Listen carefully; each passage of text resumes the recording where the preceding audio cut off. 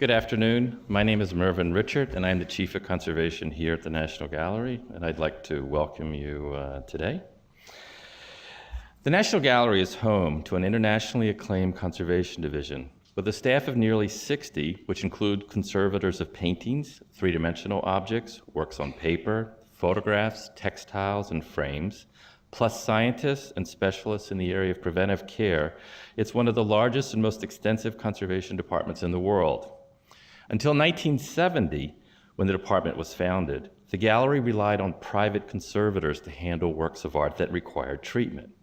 Treatments remain a priority today. However, the conservation department now plays a much greater role within the institution. Conservators and scientists work in partnership with a host of staff in other departments: curators, scholars, educators, registrars, architects, designers, facility managers, engineers, stonemasons, lighting specialists, and much more. We conduct research, contribute to scholarly publications, and provide guidance on such matters as temperature and relative humidity, and packing and shipping. My job today is to lead you on a behind-the-scenes tour of the National Gallery's division, offering up some history and introducing you to conservators, scientists, and technicians whose awesome responsibility it is to preserve the extraordinary, and in some cases, extraordinarily fragile works of art in our collection. But first, I would like to address some confusion surrounding the terms conservator and restorer. In many countries, including the United States, conservator is the preferred term today. Professionals who focus on long-term preservation of cultural property are called conservators in the United States. Physically treating works of art, which some people call restoration, is only one aspect of the job. The term restorer generally refers to specialists whose chief concern is the restoration or repair of artifacts or works of art, returning them to their original appearance. Though not necessarily the case, a restorer may be less concerned about the preservation of the original materials. He or she may also introduce changes that are not reversible. For example, stripping the original finish off of antique furniture. Many people use the terms interchangeably today and without regard to their distinction. I might be referred to as a conservator or a restorer, depending on what country I'm in. In French-speaking countries, for example, the term conservator refers to what we in the United States would call a curator, and the term restorer covers my profession. One needn't fret about such matters. Museum professionals are a congenial group in general, and we try not to take ourselves too seriously.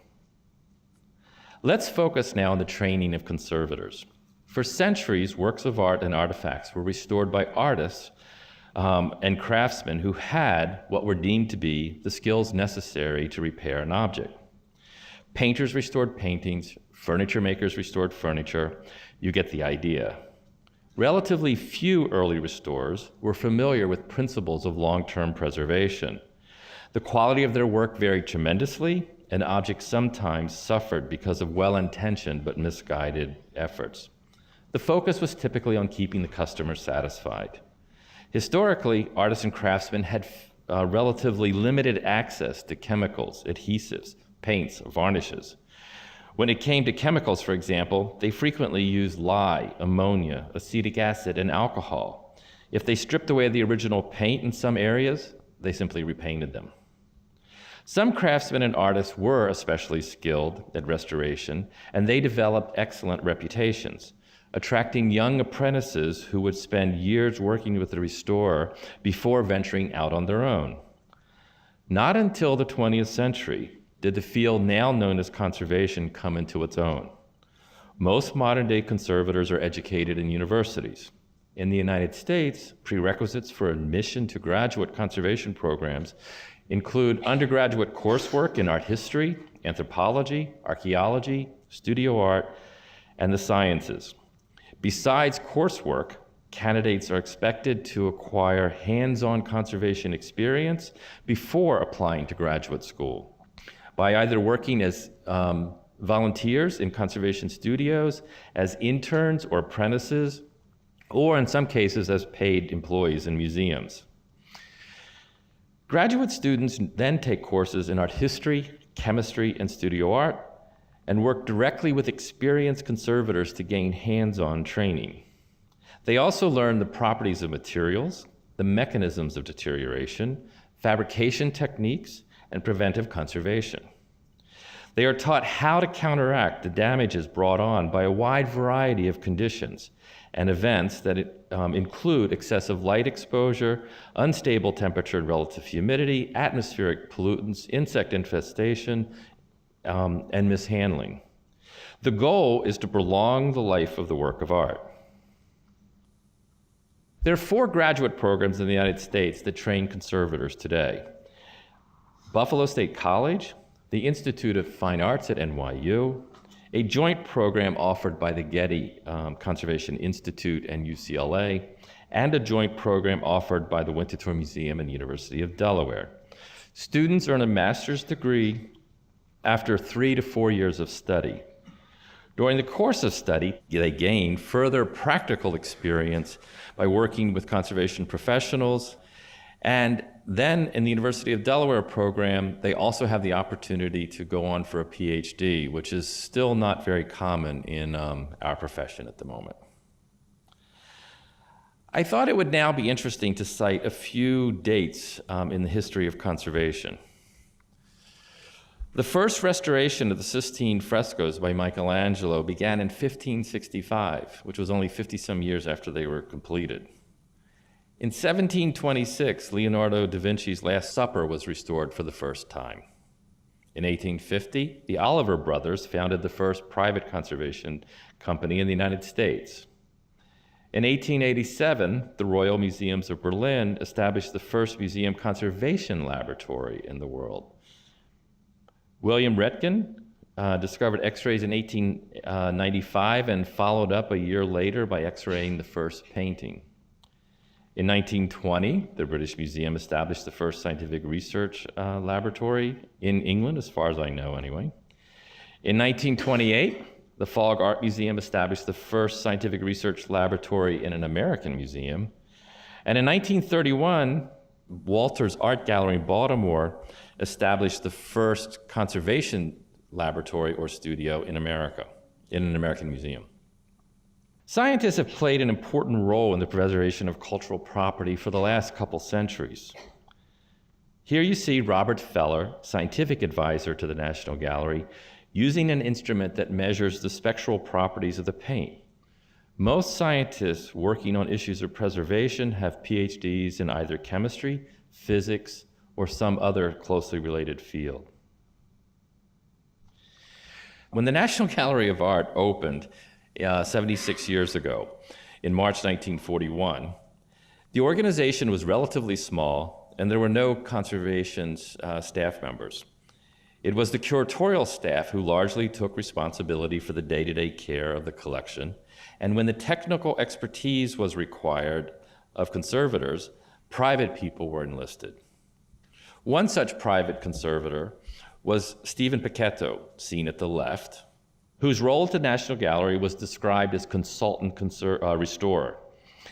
He is pictured here working on a painting at the Metropolitan Museum of Art in 1936. It was the only image I could get my hands on.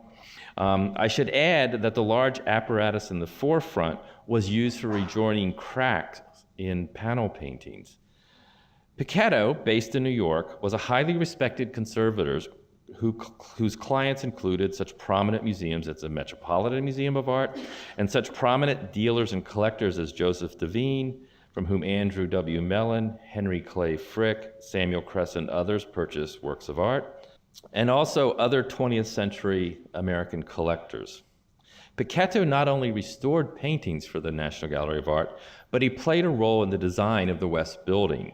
When he died in 1949, only 8 years after the National Gallery had opened, Frank Sullivan, seen at the right, stepped in and was appointed the resident restorer.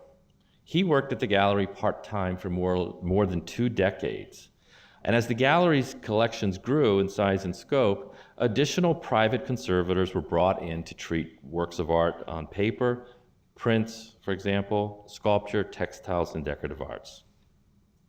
The growth of the Conservation Division accelerated when J. Carter Brown was appointed director in 1969 and hired Charles Parkhurst, shown here, as assistant director and chief curator in 1970. Known as Chuck to almost everyone, Parkhurst was a trained art historian. Interestingly, he served as a lieutenant in the Navy during World War II, and following the war, became deputy chief of the Monuments, Fine Arts, and Archives program, now more commonly known as the Monuments Men, whose mission it was to identify works of art and buildings that needed protection and to recover stolen art. Carter Brown and Charles Parkhurst and Chuck Parkhurst believed that the National Gallery should have a department dedicated to conservation, and soon after Parkhurst's arrival, he added 3 conservators to the staff: Victor Covey, Kay Silberfeld, and John Krill. This marked the beginning of a period of steady growth for the department, which, as I mentioned early on, is now staffed by nearly 60 individuals. I'm going to spare you the step-by-step history of the department's expansion over the last half-century, but I do want to highlight the role of one very special individual, Ross Merrill, who was both my colleague and close friend. In the center at the left, Ross Merrill's wearing the blue shirt. He's chatting with Sarah Fisher, who was the former head of painting conservation, and Renee Delarue, the former head of our scientific research department. Ross was not only an excellent conservator and leader for the division, but he was a prolific painter who, in his spare time, taught oil painting and watercolor techniques to students eager to learn. He joined the gallery in 1981 as head of painting conservation and as also the assistant chief of the division. 2 years later, he was promoted to chief of conservation. Ross ambitiously set out building a world-class conservation program.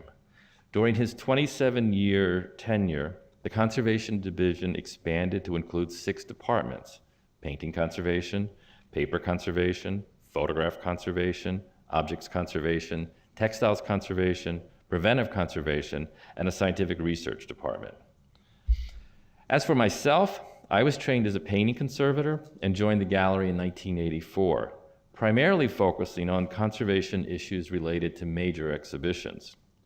I became deputy chief of conservation in 1990, and with Ross's retirement in 2008, because of failing health, I assumed his role. The primary responsibilities of the Conservation Division can be narrowed down to 6 items.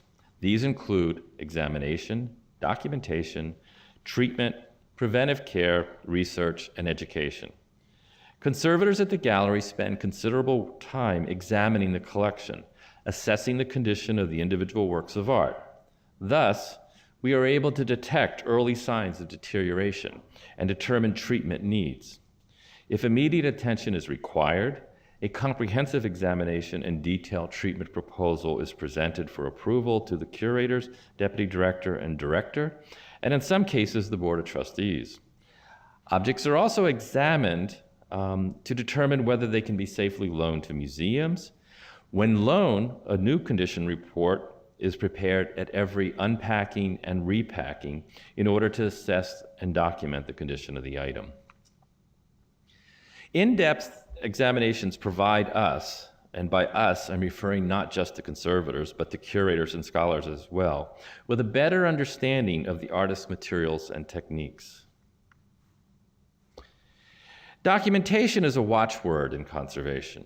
Conservation organizations from around the world stipulate that conservators and conservation scientists must produce and maintain accurate, complete, and permanent records of examination, material sampling, scientific investigations, and treatment. In most museums, these records are kept as hard copy documents stored in filing cabinets or on various digital storage media. The National Gallery is leading an initiative called Conservation Space to develop a document management software system specifically tailored to meet the needs of conservators and conservation scientists. The effort is sponsored by the Andrew W. Mellon Foundation and is being undertaken in partnership with the Courtauld Institute of Art, Denver Art Museum, Indianapolis Museum of Art, National Gallery of Denmark, and Yale University. The Metropolitan Museum of Art was participating in the early phases of the project, but unfortunately had to withdraw.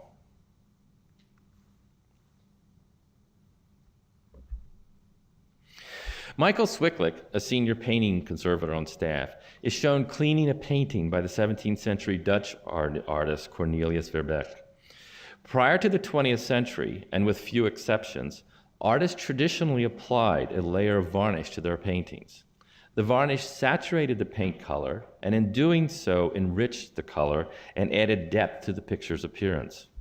To some extent, varnishes also add a layer of protection to the surface. For centuries, artists applied natural resin varnishes, such as mastic and damar, derived from plants and trees. These varnishes are still in use today. As you can see in the left slide of the screen, these materials discolor and darken with age. Removing that discolored varnish can produce dramatic effects.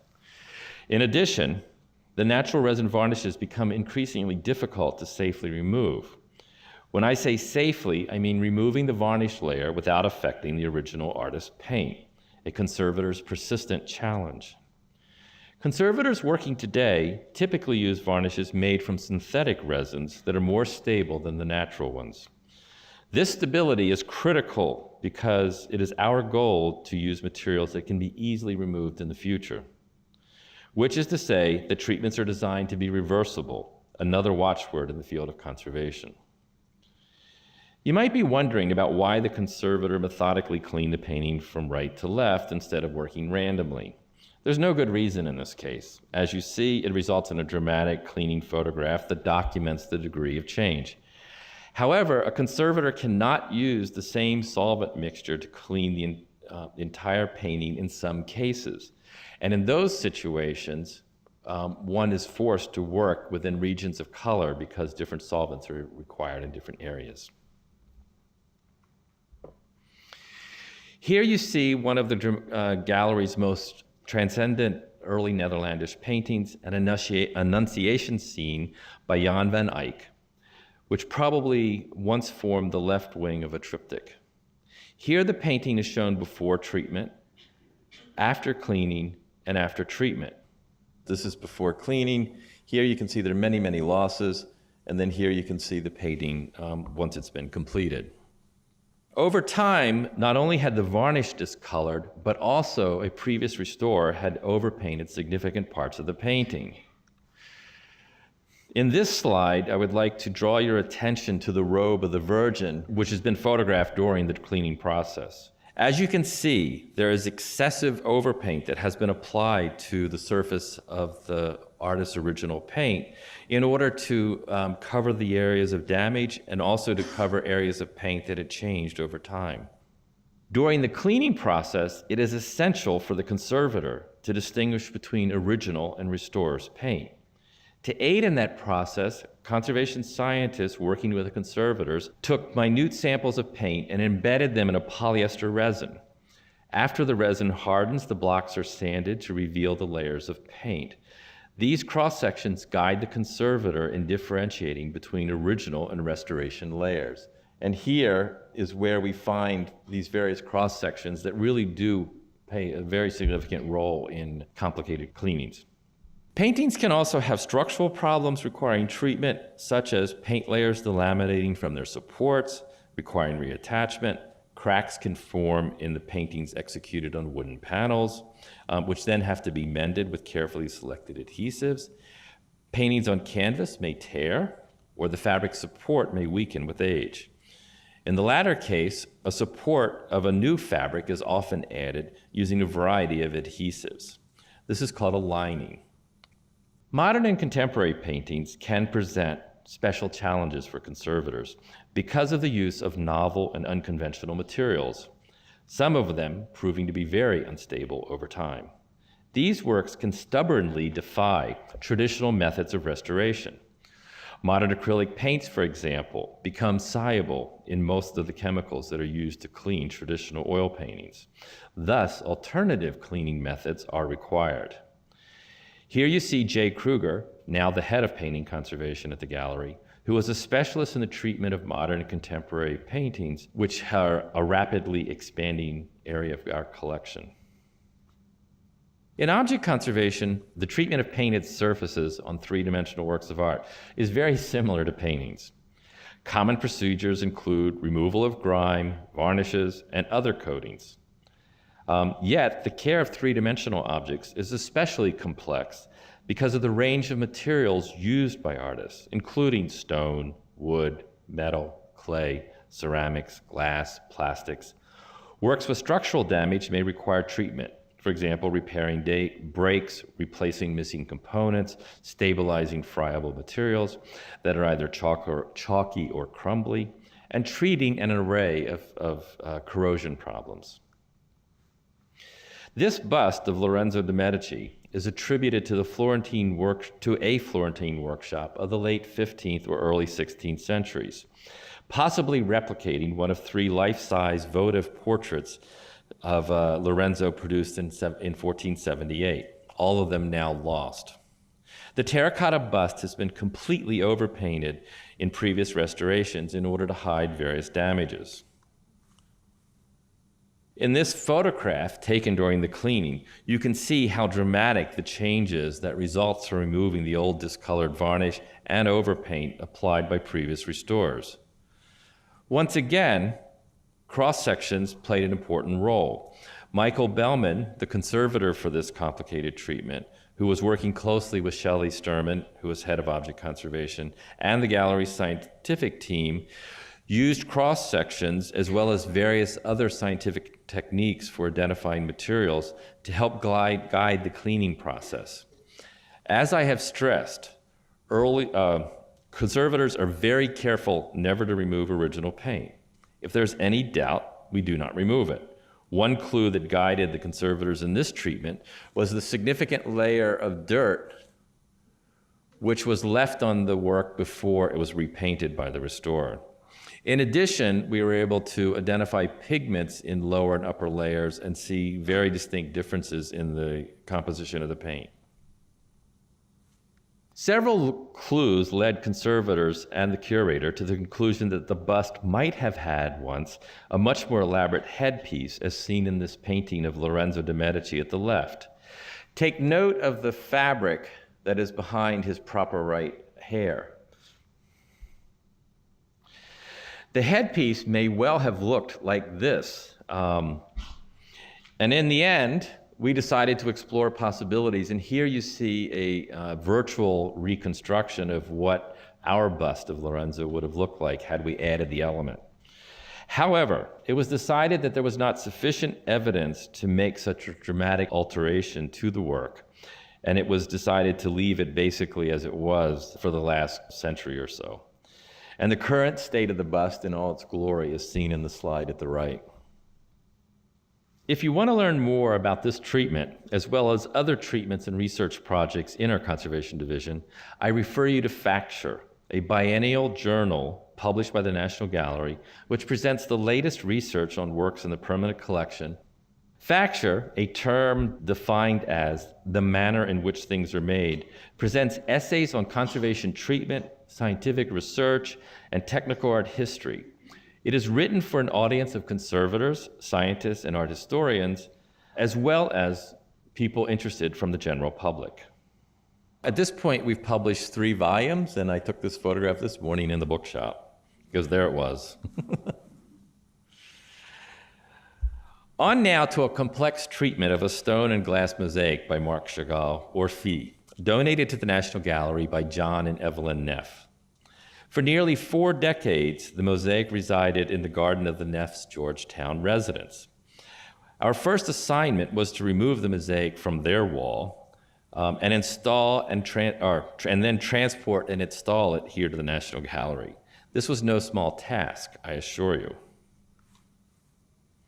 Brick from around the perimeter wall were carefully removed to expose the mounting hardware and give us room to access the sides of the mosaic. The mosaic is actually made up of 10 separate panels, which were assembled on the Neff's garden wall. Fortunately for us, the mosaicist had not installed tesserae along the edges of each of these panels, and those were only installed after the mosaic was installed in the Neff's garden. The border of tesserae were embedded in a very soft mortar, which made their removal relatively easy. And here you can actually see the conservator working to remove tesserae along the border. The 10 panels were then taken off one by one and carefully handed down to people below, at which point they were put into relatively simple packing cases for transport to the National Gallery. To ensure that each of the tesserae that we removed were returned to their original position after restoration, we actually made life-size photographs of all of the joints for the panels and glued the tesserae with an easily removable adhesive to those photographs.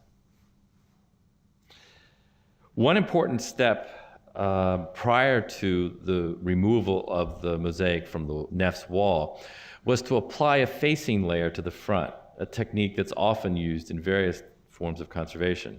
We actually adhere fabric or tissue paper to the surface of, in this case, the mosaic, with an easily removed glue, so that in the event of some problem in handling, we don't have to worry about tesserae actually falling completely away. They're held in place by the facing. The mosaic was cleaned of grime, and the missing tesserae were replaced. You can see a few losses in this slide, and also note, here's a loss, and also note the brilliancy of the surface. In order to avoid future confusion about which tesserae were original and which were not, we purposely used different materials when making replacements. Modern pigments were mixed in a synthetic resin that were cast in molds that were used then to make the tesserae of the necessary size and shape. In order to install the mosaic in our sculpture garden, a new wall was constructed by our stonemasons. We have an excellent team of masons at the National Gallery, and they have helped conservation with many projects over the years. The panels were installed, original tesserae put back in place, new tesserae added as part of the restoration, and this is the mosaic as you would see it today. I urge you to make your way to the northwest corner of the sculpture garden and feast your eyes on this incredible mosaic, which when it was originally assembled in 1971, was one of the first large-scale outdoor Chagall mosaics to be installed in this country. Untold hours of maintenance go into the care of works of art in the sculpture garden, including this mosaic. Many of the sculptures have delicate patinas, and paint layers are adversely affected by the intense heat, light, and humidity of Washington summers, not to mention overly curious visitors, rain and snow, which causes corrosion, and in some cases structural damage. In these situations, it's necessary to repaint outdoor sculpture, accepting the fact that our treatment options adhere to a different standard than we usually apply.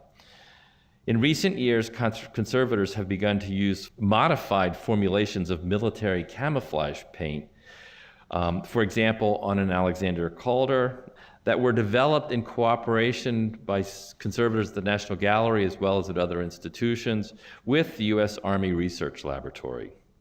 These paints are very high quality and can improve both the appearance and longevity of the outdoor sculpture painted surface. Given the large scale and technical difficulties in treating works in the sculpture garden, some treatment is done by contractors working off-site and under the supervision of the National Gallery conservation staff. The gallery's paper conservators oversee the care and treatment of the institution's largest collection, more than 100,000 drawings, prints, and rare illustrated books.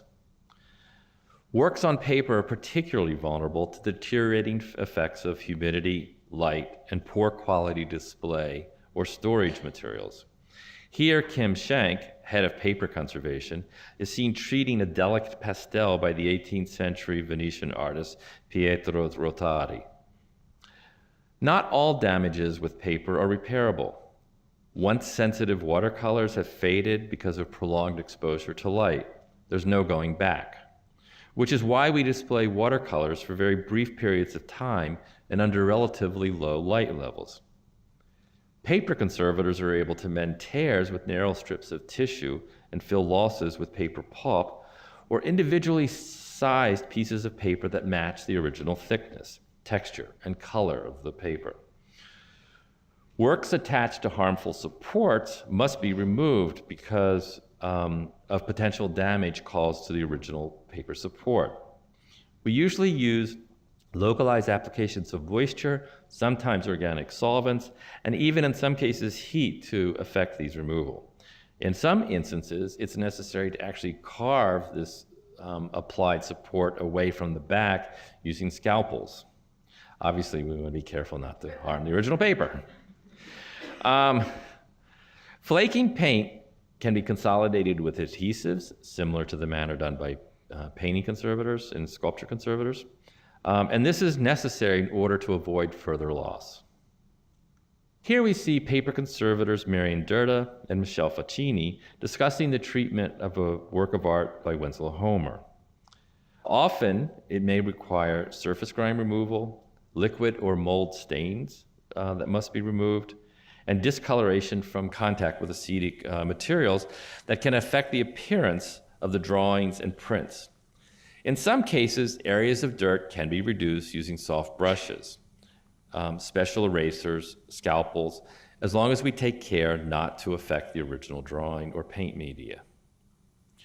Removal of stains or acetic compounds requires the use of water or chemicals, applied either locally or overall when bathed with very pure water.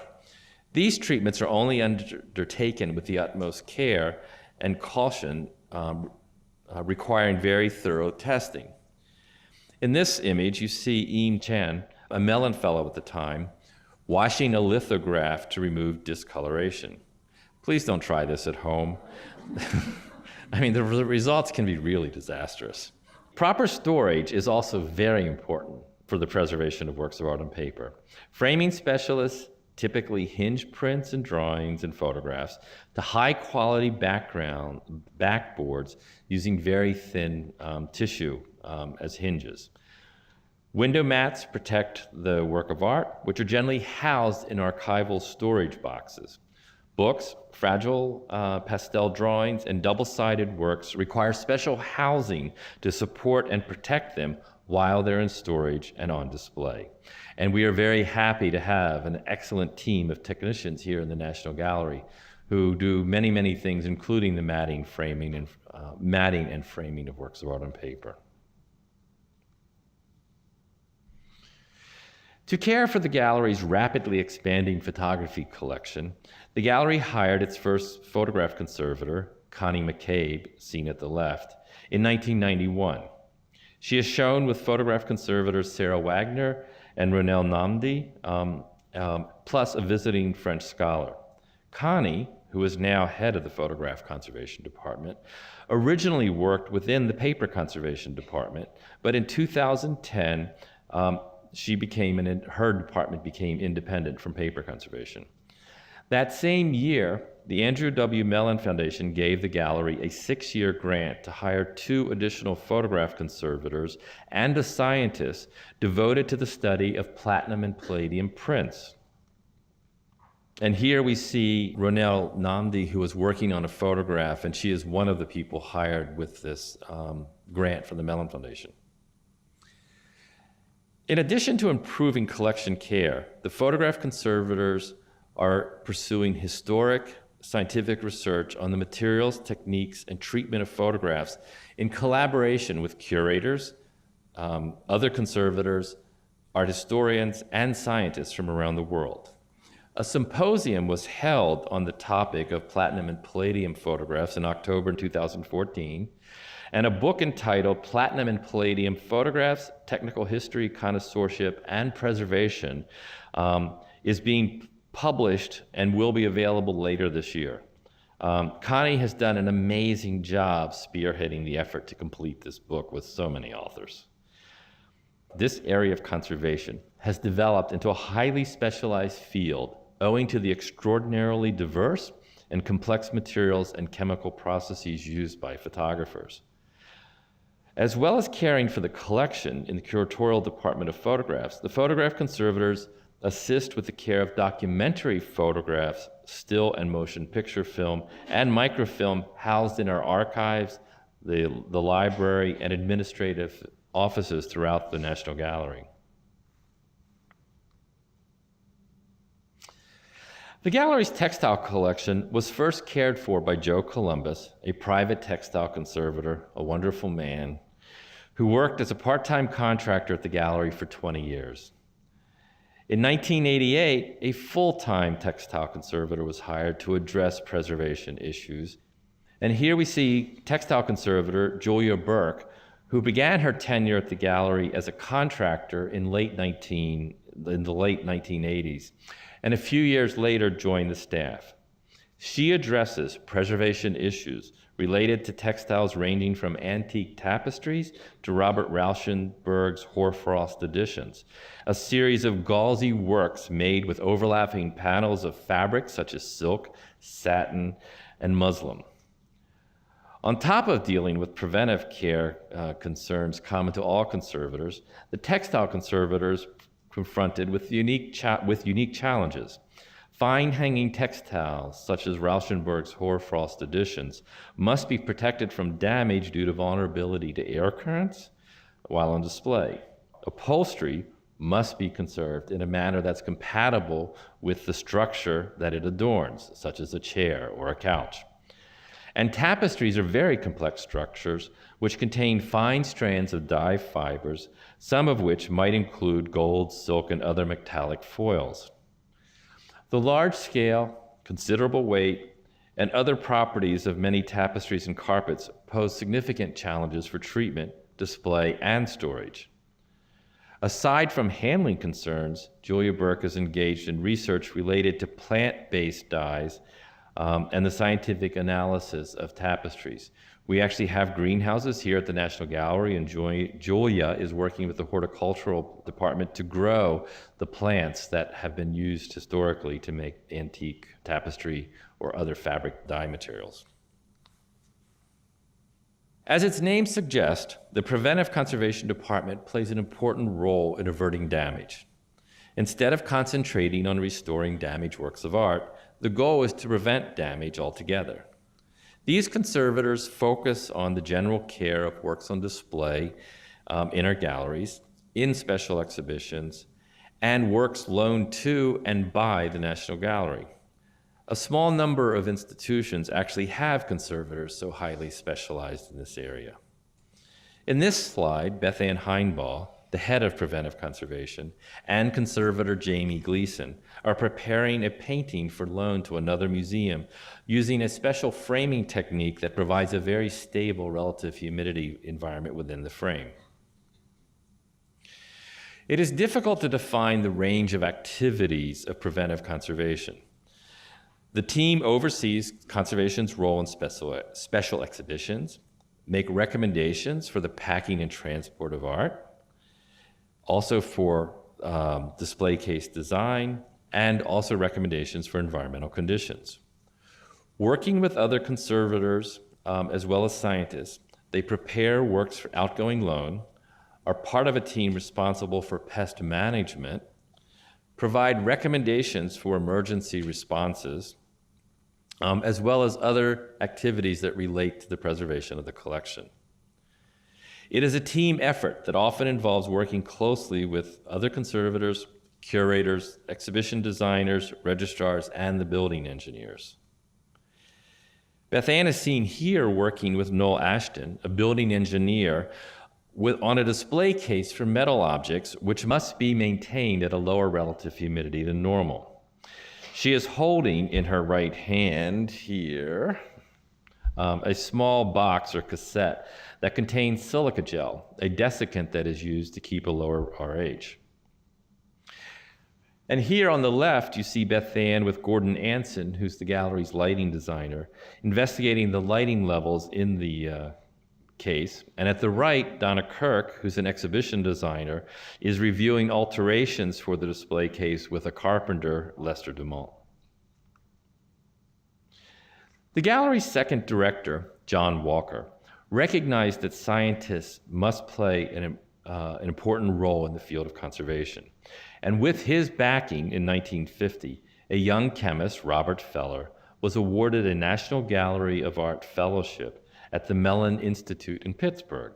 Feller's research focused on the study of natural and synthetic varnishes, the deteriorating effect of light on museum objects, and the history of systems used to describe and order color. He provided advice to the National Gallery on preventive care and undertook technical studies of works in the gallery's collection. In 1976, the gallery hired its own part-time scientist, bringing its affiliation with the Mellon Institute to a close. Dr. Feller's laboratory became part of the Carnegie Mellon University, and he continued to work there on issues important to the conservation for the remainder of his career. The gallery's scientific research department is one of few in the United States in a museum. The scientists provide technical support for conservators, investigate the materials and techniques of artists, develop new materials for conservation, and explore new techniques for conservators as well as scientists to study works of art. Many scientific techniques and instruments are employed to carry out these activities. Here, scientists Michael Palmer and Barbara Berry are seen working with the gallery's scanning electron microscope. The department has experts in the field of chemistry, botany, conservation, art history, in science, there's a specialist in art history, and imaging science. These scientists often collaborate with others from major museums, universities around the world. The department's numerous technical studies have advanced our understanding of artists' materials and techniques. The department has studied materials used in industry, which might be applicable to the field of conservation. There are relatively few materials made specifically for us, by the way. Usually we're having to adopt somebody else's materials. In addition, we do develop new materials here at the National Gallery, and in fact, there are varnishes as well as in-painting materials that have been developed here and are now being sold by a company. Recognizing the importance of science to the field of conservation, in 1991, the Andrew W. Mellon Foundation provided an endowment to fund the position of the head of scientific research and to supplement federal funds for scientific projects. In 2006, a new area of study, digital imaging science, was added to the department with a 5-year support grant from the Mellon Foundation. The program is now permanently a field of study here at the National Gallery and is headed by imaging scientist John Delaney. Here, John is using advanced imaging techniques to study Giovanni Bellini's The Feast of the Gods. Imaging science has developed advanced approaches to the identification of underdrawing in paintings, as well as works of art on paper. Also, it is very useful for characterizing the pigments used by artists without actually taking samples. Ultraviolet fluorescence imaging, which has long been used by conservator, is being expanded into a far more sophisticated tool for conservation. I'm not going to say a lot about the scientific research department today because, if you're interested, John Delaney and Catherine Dooley, another scientist here, will give a lecture on the scientific research department on August the 20th. Here you see a photograph taken during one of several workshops held at the Gallery on Artist Materials. It is vital that we share with others the knowledge gained through our work and through research. To that end, the staff of the Conservation Division are encouraged to publish papers in professional journals, give lectures, here I am, and participate in conferences, workshops, and symposia. We also give gallery talks on occasion. When I say gallery talks, I mean in the gallery. We do special tours once in a while. The National Gallery remains committed to preserving and protecting the works of art it holds in trust for the American people. Taking advantage of the very best technology available and developing advanced methods and techniques, the Conservation Division's goal is to ensure that works of art in the nation's collection is available for visitors for years to come. Thank you very much.